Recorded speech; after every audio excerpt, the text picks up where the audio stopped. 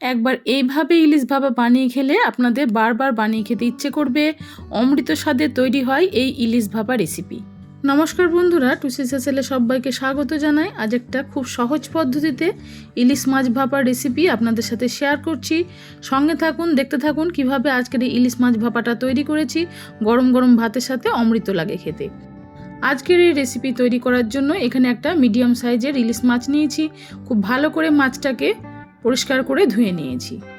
আমার চ্যানেলে যদি নতুন এসে থাকেন তাহলে অনুরোধ রইল আমার চ্যানেলটিকে সাবস্ক্রাইব করে আমার পাশে থাকার, ভিডিওর পাশে একটা লাইক দিয়ে ভিডিওটা দেখার অনুরোধ রইল।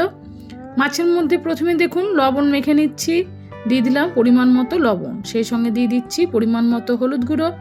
লবণ হলুদ ছাড়া এই সময় অন্য কোনো রকম গুঁড়ো মশলা ব্যবহার করব না। চাইলে লঙ্কা গুঁড়ো ব্যবহার করতে পারেন, তবে বন্ধুরা ইলিশ মাছে বা ইলিশ ভাপায় কিন্তু কাঁচা লঙ্কার ফ্লেভারটা সবচেয়ে বেশি ভালো লাগে। ভালো করে ঘষে ঘষে লবণ হলুদটা দেখুন মেখে নিয়েছি। ইলিশ মাছ ভাপানোর আগে এরকমভাবে কিন্তু লবণ হলুদটা খুব ভালো করে মেখে নিতে হবে। এরপরে দেখুন আমি আগের থেকে মশলা রেডি করে রেখেছিলাম। নিয়েছি এখানে চা চামচের 2 চামচ মতো সর্ষে, 2 রকম সর্ষে মিশিয়ে নিয়েছি। সেই সঙ্গে দিয়েছি 1 চামচ পোস্ত, 5টা কাঁচা লঙ্কা খুব ভালো করে মিহি করে শিলে বেটে নিয়েছি। অবশ্যই সর্ষে পোস্তটা যদি একটু শিলে বেটে নেওয়া হয় তাহলে কিন্তু এই রেসিপির টেস্ট খুব ভালো হবে। আর অন্য কোনো রকম মশলা এখানে ব্যবহার করব না, মানে কোনো রকম গুঁড়ো মশলা এখানে ব্যবহার করব না। শুধু সর্ষে পোস্ত কাঁচা লঙ্কার পেস্ট খুব ভালো করে এপিট উপিট করে মাছগুলোতে মেখে নিতে হবে। আমি দেখুন সব মাছগুলোই উল্টে পাল্টে খুব ভালো করে একটু মেখে নিয়েছি। এরপরে মাছের মধ্যে একটা দিয়ে দিচ্ছি বিশেষ উপকরণ, যেটাতে কিন্তু এই ইলিশ ভাপার টেস্ট বহুমাত্রায় বেড়ে যাবে। দিয়ে দিলাম এখানে নারকেলের দুধ। একটা ছোট সাইজের নারকেলের অর্ধেকটা মালার কিছুটা অংশ আমি দেখুন একটু বেটে নিয়েছিলাম মিক্সিতে। বেটে এই ছিবড়ে মতো অংশটা কিন্তু দেব না, শুধু ওই দুধটা বের করে নিয়েছি, দুধটাই কিন্তু দিয়েছি। আলাদাভাবে কিন্তু এই রেসিপিতে জল ব্যবহার করার কোনো রকম কোনো প্রয়োজন নেই। কয়েকটা কাঁচা লঙ্কা একটু চিড়ে দিয়ে দিয়েছি। যেহেতু আমি বেশ কয়েকটা কাঁচা লঙ্কা বেটে দিয়েছি, যার জন্য আমি চেরা কাঁচা লঙ্কাটা একটু কম দিয়েছি। যেমন ঝাল খাবেন সেরকম হিসাবে ব্যবহার করবেন এটা। আর দিয়ে দিলাম বেশ খানিকটা সর্ষের তেল। অবশ্যই কিন্তু সর্ষের তেলেই এই রেসিপিটা করতে হবে এবং তেলের পরিমাণটা কিন্তু এই রেসিপিতে একটু বেশি লাগে।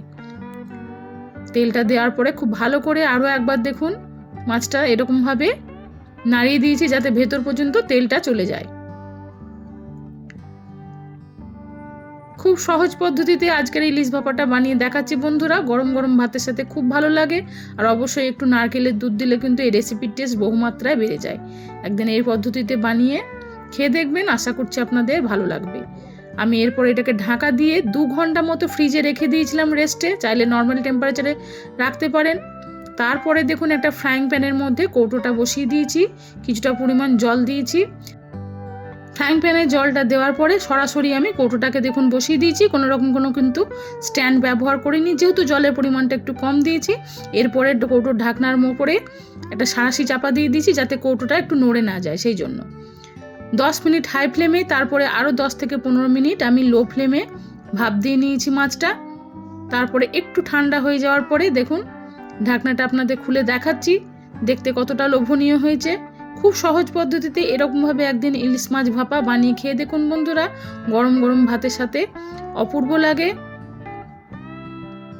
আজকের এই রেসিপি কেমন লাগলো অবশ্যই আমাকে কমেন্টে জানাবেন। ভালো লেগে থাকলে একটা লাইক শেয়ারের জন্য আপনাদের কাছে অনুরোধ রইল।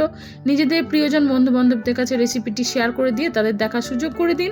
ফিরে আসবো নতুন পর্বে নতুন রেসিপির সাথে। সবাই ভালো থাকুন, সুস্থ থাকুন। নমস্কার।